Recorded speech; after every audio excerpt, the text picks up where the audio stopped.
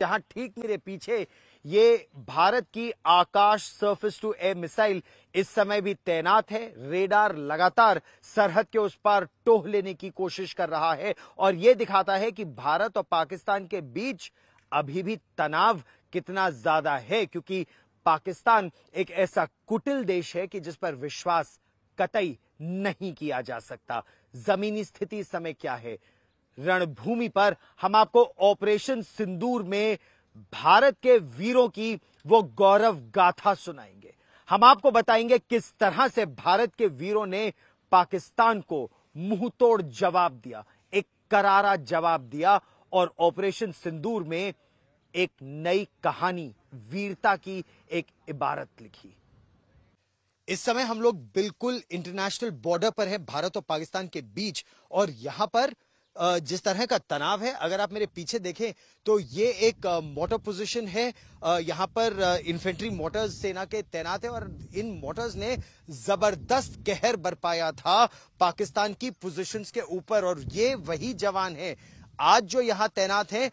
उस रात जब पाकिस्तान पर कयामत की रात बनकर टूटे थे ये लोग, तो ये वहां पर तैनात थे और अभी भी ये मुस्तैद है, क्योंकि ये जानते हैं पाकिस्तान पर भरोसा कतई नहीं किया जा सकता। इनके टीम लीडर्स मेरे साथ हैं, उनसे भी हम बात करेंगे। जिस तरह से यहां से मोटर्स की बारिश एक तरह से हुई थी, बारूद की बारिश हुई थी पाकिस्तान के ऊपर उस रात को, और टीम लीडर्स इन पूरे मोटर पोजीशन के मेरे साथ हैं।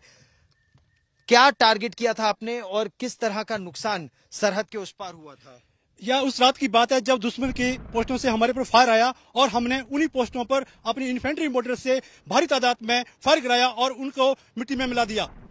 मिट्टी में मिलाने का आपको आदेश था, लेकिन आपको मोटर, जैसे जो हमारे दर्शक जानते हैं, ये एक एरिया वेपन है, यानी जब आप ये 81 mm का गोला दागते हैं तो ये पहले बहुत ऊंचाई से आकाश में जाता है और फिर अचूक मार इसकी TNT की, एक्सप्लोसिव्स की दुश्मन पर गिरती है। तो आपको पता कैसे चलता है कि किस तरह से वो मार अचूक पड़ रही है उसकी पोस्टों पर? अगर इसके बारे में बताना चाहता हूं कि हमारा एक OP ऑफिसर होता है जो कि वहां पर टारगेट को देखता है और उसकी करेक्शन देता है, लेकिन आजकल आधुनिक तकनीक युग है जिसमें हम ड्रोन के द्वारा भी ड्रोन को ऊपर हवा में उड़ाकर उसके अंदर उसका व्यू देख सकते हैं और उस टारगेट को सही करेक्शन देकर उसको न्यूट्रलाइज कर सकते हैं। उस समय की क्या परिस्थिति थी ऑपरेशन सिंदूर के दौरान, आप क्या बता सकते हैं मुझे? अगर मैं हालात की बात करूं तो उस टाइम पे दोनों साइड से फायर चल रहा था, लेकिन उसके फायर को दबाना था, उनको जवाब देना था, तो इसलिए हमने भारी तादाद में फायर करके उसको दबाना मुनासिब समझा, ताकि हम भी सेफ रहें और जो मेरे पीछे मेरे ग्रामवासी हैं वो भी सेफ रहें। इस चीज को देखते हुए हमने कारगर फायर डालने की कोशिश की। इसमें ये हमारा प्रशिक्षण का बहुत बड़ा हिस्सा है जिसको हम शांति काल के दौरान बहुत ध्यान पूर्वक इस चीज को फॉलो करते हैं। और जब शूट एंड स्कूट का मतलब ही यही है कि इससे पहले दुश्मन आप पे रिटेलिएट कर पाए, आपकी पोजीशन पे इफेक्टिव काउंटर फायर कर पाए, चाहे वो किसी भी माध्यम से हो, उससे पहले ही हम वहां से पोजीशन बदल के, इनफैक्ट हम लोगों ने ये चीज इतने बढ़िया तरीके से करी कि दुश्मन का फायर आना तो दूर की बात थी, हम लोगों ने दूसरी पोजीशन बदलकर उन पे फिर फायर कर दिया और गोले दाग दिए थे। उसने 4 दिन में ही अब लड़ाई खत्म कर दी है। अभी तो हमारा वार शुरू ही हुआ था कि उससे पहले ही उसने खत्म कर दी। हम उनको एक संदेश देना चाहते हैं कि जो हमारे 26 लोगों का, निहत्तों का खून बहाया है, जो सिंदूर पहुंचा है, हम उसको जहन्नुम तक नहीं छोड़ेंगे। यहाँ पर भारतीय सेना पूरी तरह से तैनात है और जिस तरह ऑपरेशन सिंदूर में पाकिस्तान में आतंक की लंका का दहन किया गया था एक जगह पर, यही वो वीर हैं जिनका आदर्श वाक्य, जिनका मूल मंत्र है बोल बजरंग बली की जय। और मेरे साथ यही वीर इस समय यहां पर हैं जिनसे हम बात करेंगे। बजरंग बली की जय, बजरंग बली की जय, बजरंग बली की जय, हनुमान का हूं प्यारे, हनुमान का हूं प्यारे हूं, ये राजपूत रेजिमेंट का मूल मंत्र, आदर्श वाक्य है। एक लंका दहन हनुमान जी ने किया था, एक राजपूत रेजिमेंट की इस टुकड़ी ने आतंक की लंका का दहन किया, जिसकी तस्वीरें हम आपको इस समय दिखा भी रहे हैं। मेरे साथ वो टुकड़ी और उस टुकड़ी के कमांडर हैं। मेजर साहब, आपको टास्क क्या दिया गया था? हमारा टास्क पाकिस्तान की उन 4 पोस्टों को बर्बाद करना था जिन्होंने हमारे रिहायशी इलाके और भारतीय सेना की पोस्ट पर कारगर फायर डाला। तो पाकिस्तान की तरफ से सिविलियन इलाकों पर भी बमबारी हो रही थी और आपके मिलिट्री लोकेशंस पर भी बमबारी हो रही थी। आपको उसे ध्वस्त करने का टारगेट दिया गया, आपने उसको कैसे अचीव किया, आपने अपना एक्वायर कैसे किया टारगेट को? हमने उन चारों पोस्टों को डायरेक्ट और इनडायरेक्ट वेपन्स की मदद से सभी पोस्टों को मिट्टी में मिला दिया।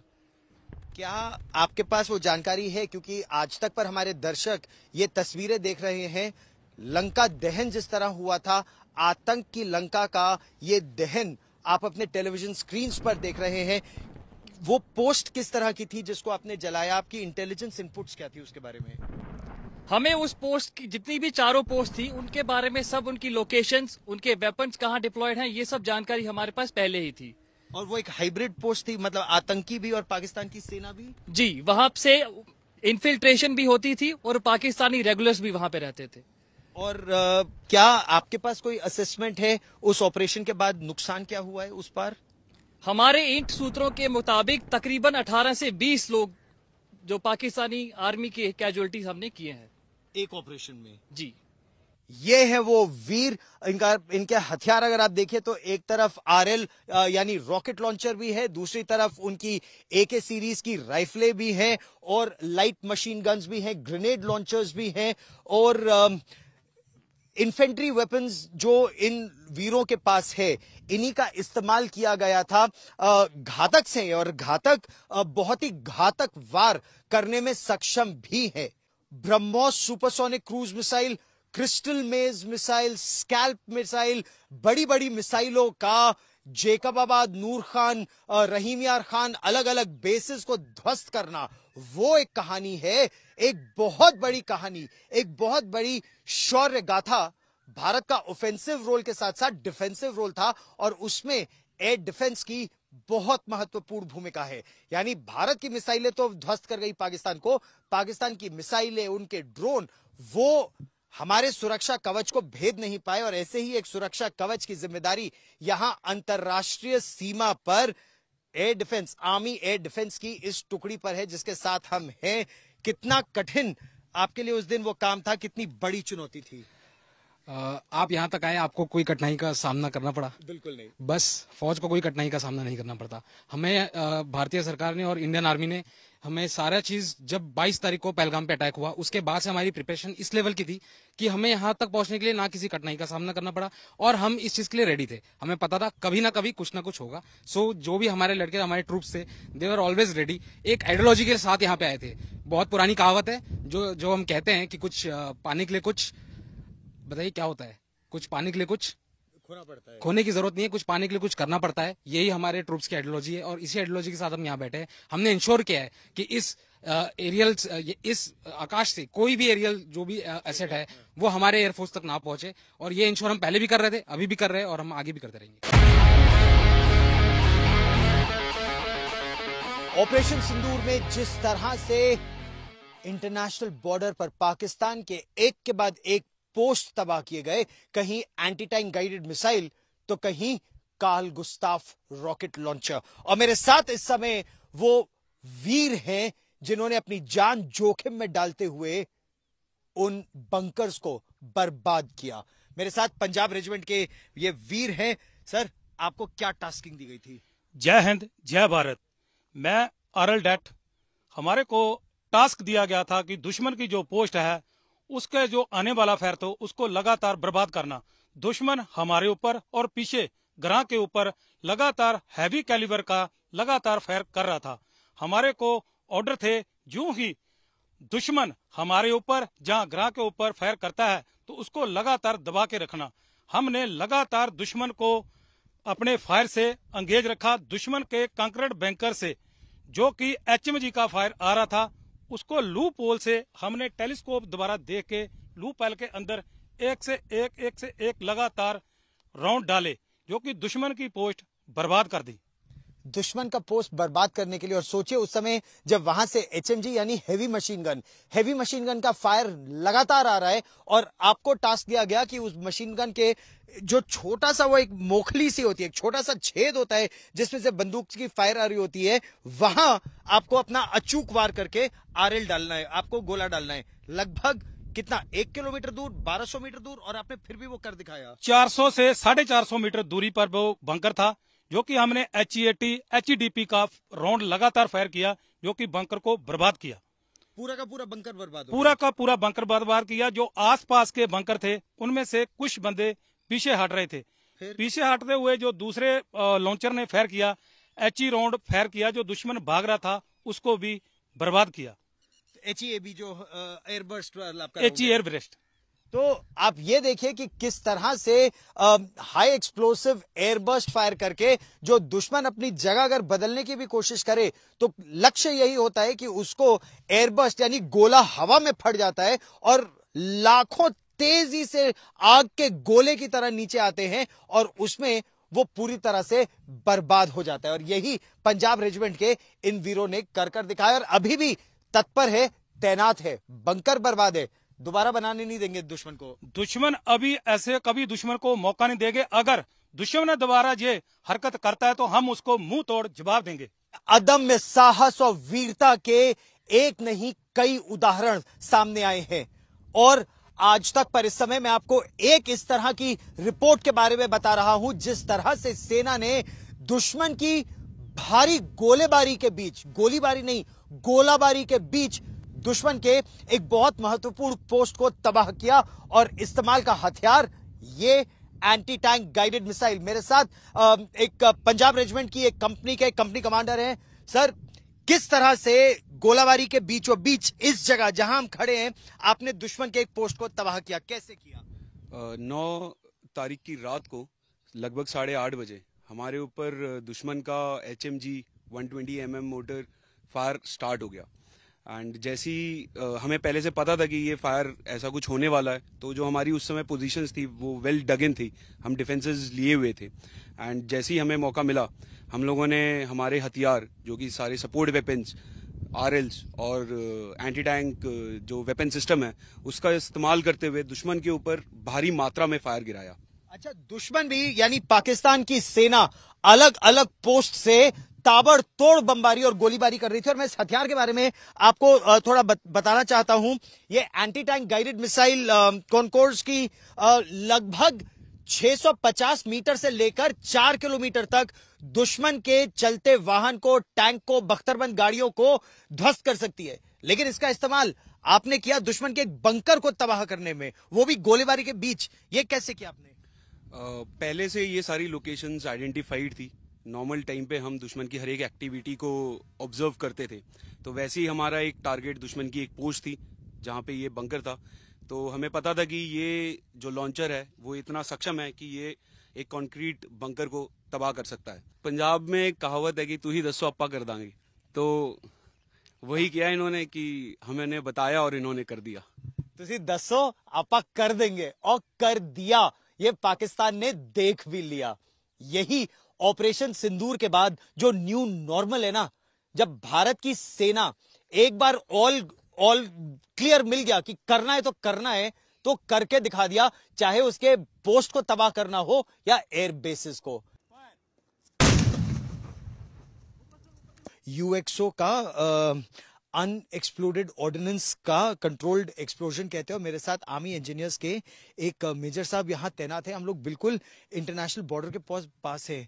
ये UXO ये जो बम है, ये किस तरह का विस्फोटक है जो मिला? ये एक HE है जो कि 81 mm मोटार का राउंड है और ये आज सुबह 10 बजे हमारे विलेज के पास से विलेज मैन जब खेतों में काम करने जा रहे थे तब उन्होंने बताया कि हमें ये मिला है और क्योंकि हम वहीं डिप्लॉयड थे तो हमें बताया गया। फिर हमने, क्योंकि वो इलाका काफ़ी सिविलियन एरिया से काफ़ी पास में था, तो हमने इसको शिफ्ट किया है अपने रिसोर्सेज के द्वारा और उसके बाद यहाँ लेके आए हैं। यहाँ हमें एक और शेल मिला है जो अभी आप देख सकते हैं, एक और हमें लाइव शेल मिला है, तो हम दोनों को एक साथ रख के और फिर विस्फोट करेंगे उसको। चिनाब नदी के पानी के पास यहाँ पर एक जिंदा बम है, उसका फिन भी उसके साथ है। किस तरह का विस्फोट है ये 81 mm मोटार का राउंड है। जब भी हमें ऐसा राउंड मिलता है तो हम उसके आसपास डिगिंग करते हैं। हमें ये चीज ध्यान में रखनी होती है कि हमारा डिगिंग टूल उसे टच ना करे। अभी डिग करते हुए जब मैंने इसको बाहर निकाला तो मैंने इसमें देखा कि इसका फिन उससे अलग हो रखा है, जो कि मैं अभी आपको वहां से निकाल के दिखाऊंगा, जिसके ऊपर हमें प्रिंटेड भी मिल सकता है कि कहाँ का बना हुआ है। तो लेकिन आपका इस तरह से इसको ऐसे छूना, क्या ये सुरक्षित है? जब मैंने इसको खोदा तो मैंने उसी टाइम में देखा था कि फिन उससे अलग हो रखा है। तो अगर फिन अलग हो रखा है तो हम उसको अलग कर सकते हैं, क्योंकि फिन का काम सिर्फ उसको ट्रेजेक्ट्री देना है, उसमें कोई भी तरह का एक्सप्लोजिव नहीं होता। तो एक बम देखिए और मिला है, और एक ये बम ये मिला है 81 mm मोटर, जो पाकिस्तान की सेना का इन्फेंट्री वेपन है। कितना खतरनाक है इसका इस तरह का जिंदा मिलना? इसका जिंदा मिलना तो बेसिकली यहाँ पे मिलना तो इतना खतरनाक नहीं था, क्योंकि ओपन ग्राउंड है, पर यही अगर किसी गांव है उसके आसपास गिरता और विस्फोट होता तो बहुत ही हानिकारक हो सकता था।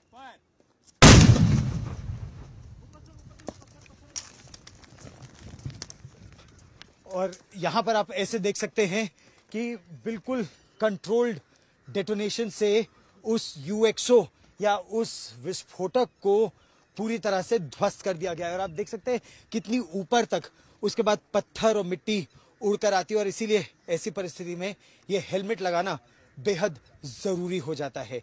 इस तरह के 36 विस्फोट अब तक हो चुके हैं, और लगभग हर कुछ घंटों में एक गांव से खबर आती है कि वहां और विस्फोटक पाए गए हैं।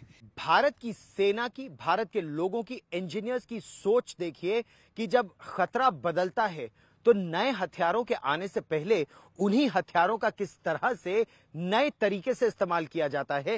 ठीक मेरे पीछे ये एंटी एयरक्राफ्ट गन है ZU-23, और इसको ट्रक माउंट करके वहीं पे वेल्ड करके एक जगह से दूसरी जगह तक जल्दी से आप ले जा सकते हैं। और जो ड्रोन का खतरा है, जो भी नया खतरा आ रहा है, उसको कैसे डाउन करना है, ये सोच है जो भारत को निरंतर जीत दिलाती है। सोच एक नए भारत की, सोच आतंकवाद के खिलाफ एकजुट देश की। उत्तर प्रदेश में गोरखपुर की रहने वाली एक बिटिया भारत की सरहदों की सुरक्षा कर रही है, और वो भी बिल्कुल फ्रंट लाइंस पर। ये रानी लक्ष्मीबाई का देश है जब हम कहते हैं, ये केवल शब्द नहीं। आप देखिए मेरे साथ आर्मी सिग्नल्स की एक ऑफिसर हैं, और हम लोग इस समय बिल्कुल इंटरनेशनल बॉर्डर पर तैनात हैं, और ऑपरेशन सिंदूर के तहत आप बिल्कुल फ्रंट लाइंस पर रही उस गोलाबारी के बीचों बीच वो अनुभव ऑपरेशन सिंदूर में भाग लेने का आपके लिए क्या मायने रखता है? वो अनुभव बहुत ही आश्चर्यजनक था एंड बहुत प्राउड भी था, and I was very fortunate enough to witness this operation, complete operation. जिस तरह से उन पाकिस्तानी आतंकवादियों ने कई मांगों का सिंदूर उजाड़ा, तो एक अलग मायने भी है कि उन आतंकवादियों को और उनको शह देने वालों को आप एक संदेश दे रही थी। यस बिल्कुल, क्योंकि हम सब आज इसी दिन का इंतजार करते हैं। हमारी सोल्जर्स की जो तैयारी होती है वो इसी दिन के लिए होती है, तो हमें इसमें पीछे नहीं हटना था। चाहे हमारा सिंदूर गया हो या किसी और का हो, वो हम सब एक देशवासी हैं, एक साथ आगे बढ़ रहे हैं। तो उसकी सिंदूर की जो भावनाएं हैं, उस भावनाओं को देखते हुए इसका विटनेस करना और उस पर भाग लेना और पूरी प्रतिबद्धता से भाग लेना, इसके लिए हम बहुत अपने आप को गर्वान्वित महसूस करते हैं। और इस देश के लिए भी है कि आज मुझे ये मौका दिया कि हम इस जगह पे डिप्लॉय हुए जहां पर हम इसी चीजों को अपनी आंखों से देख पाए। आपके पति वो भी भारतीय सेना में थे, वो भी सिग्नल्स में थे, और ऑप राइनो के तहत अरुणाचल प्रदेश में उन्होंने वीर गति प्राप्त की। क्या आपने उसके बावजूद सेना में भाग लेने का या सेना के परिवार के साथ जुड़ने का, सिग्नल्स में जुड़ने का, ये कैसे सोचा आपने? पहले तो आपको ये बता दें, वो जिस जगह पर गए थे वो खुद एक इलेक्ट्रॉनिक वॉरफेयर ऑपरेशन में शहीद हुए थे, एंड आज हम खुद उस इतिहास का पार्ट है, तो हमें भी उस बात का फिर से एक बार बहुत गर्व महसूस हो रहा है। और ज्वाइन करने का सिर्फ और सिर्फ एक ही रीजन था कि जो मेरे हस्बैंड वो सैनिक स्कूल से पढ़े थे, and he was very very close to the signals and army, और मुझे हमेशा लगता था कि if I'll join army, he will be always close to me, and that was completely the emotional part. And second part, my son, I wanted to give him a live example what his father was, because he himself wants to join army and any defense forces, not the army. So if I would have been the homemaker, maybe I won't be able to give that live example, and that was the foremost reason. Yes. और आपका बेटा भी जब ये तस्वीरें देख रहा होगा उसको कितना गर्व होगा कि माँ फ्रंटलाइंस पर हैं, देश की रक्षा कर रही हैं। मिशन सिंदूर में इस समय सेना निरंतर सरहदों की सुरक्षा कर रही है, दिन का उजाला हो या रात का अंधेरा। लेकिन पेट्रोलिंग के समय भी हथियारों में परिवर्तन देखिए किस तरह से आ रहा है। असॉल्ट राइफल भी है और अगर आप ध्यान से यहाँ देखें तो ये एंटी ड्रोन गन भी अब साथ चल रही है। और इस टुकड़ी के कंपनी कमांडर मेरे साथ हैं। आपके पास आपकी असॉल्ट राइफल है मेजर साहब और आपकी टीम के पास ये एंटी ड्रोन गन। तो क्या एंटी ड्रोन गन अब आपका रेगुलर हथियार बन गया है? हाँ, एंटी ड्रोन गन हमारे एकदम नीचे वाले लेवल तक इंटीग्रेट हो चुका है और ये हमारा रेगुलर हथियार बन चुका है। तो किस तरह का खतरा है इस समय, क्योंकि 10 मई को तो जिस जगह पर हम यहाँ हैं वहां जबरदस्त मोटर फायरिंग भी हुई थी, शेलिंग भी हुई थी, इन्फिल्ट्रेशन का अटेम्प्ट भी हुआ था और अपेरेंटली दुश्मन ने और भी काफी कोशिशें की थी। या उस टाइम उन्होंने काफी कोशिश की जिसको हम लोगों ने पूरा बिल्कुल डिनाई कर दिया। और अभी की सिचुएशन के बारे में अगर आप पूछो तो अभी दुश्मन डरा हुआ है, सहमा हुआ है और बुजदिलों की तरह छुपा हुआ है। But still we are keeping a eye on them as you can see with the kinetic means and obviously non-kinetic।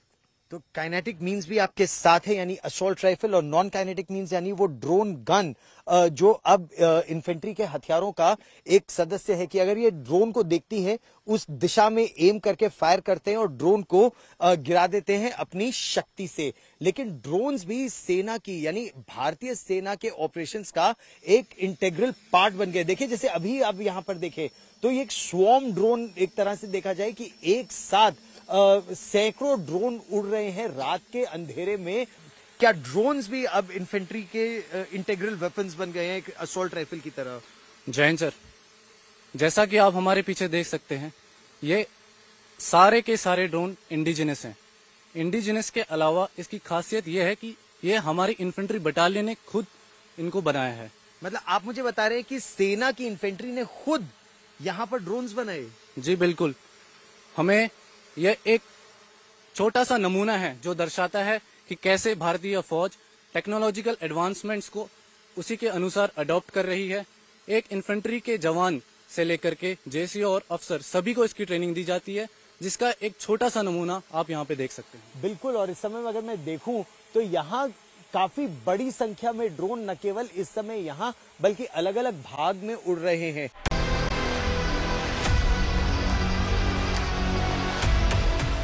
सरहद के बेहद करीब इस समय हम एक मोटर पोजीशन पर हैं। ये इन्फेंट्री की मोटर पोजीशन है और ये वही मोटर पोजीशन है जहां से 10 तारीख की रात को आतंकवादियों पर एक बड़ा हमला हुआ था। पाकिस्तान की पोजीशंस पर भी और कुछ आतंकवादियों को भी मार गिराया गया था और यही वो वीर है जो उस रात भी उस ऑपरेशन में थे। आप सोचिए तब भी और अब भी निरंतर ये तत्पर है।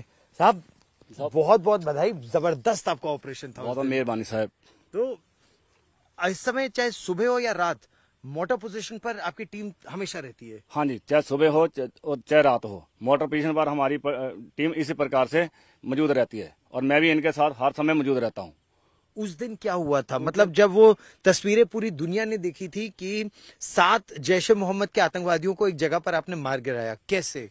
साहबान, सबसे पहले हमने एक तरतीब के मुताबिक उनको मारा है। सबसे पहले हमने उनकी एक्टिविटी को रोकने के लिए हमने पहले उनकी फॉरवर्ड जो पोस्ट है बीओपी है उनके ऊपर फायर गिराया। उनके ऊपर फायर गिरा के उनकी सभी एक्टिविटी को हमने बंद कर दिया और रोक दिया इन्हीं मोटर से, इन्हीं मोटर के साथ। जय जवान जय ही बहादुर शेर।